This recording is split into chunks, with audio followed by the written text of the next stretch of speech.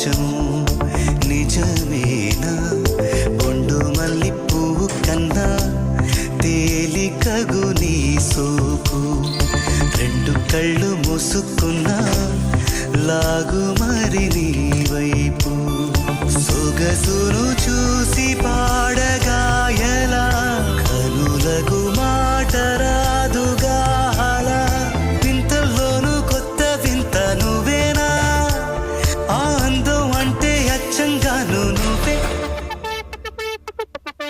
ఏ చిలిపి కళ్ళ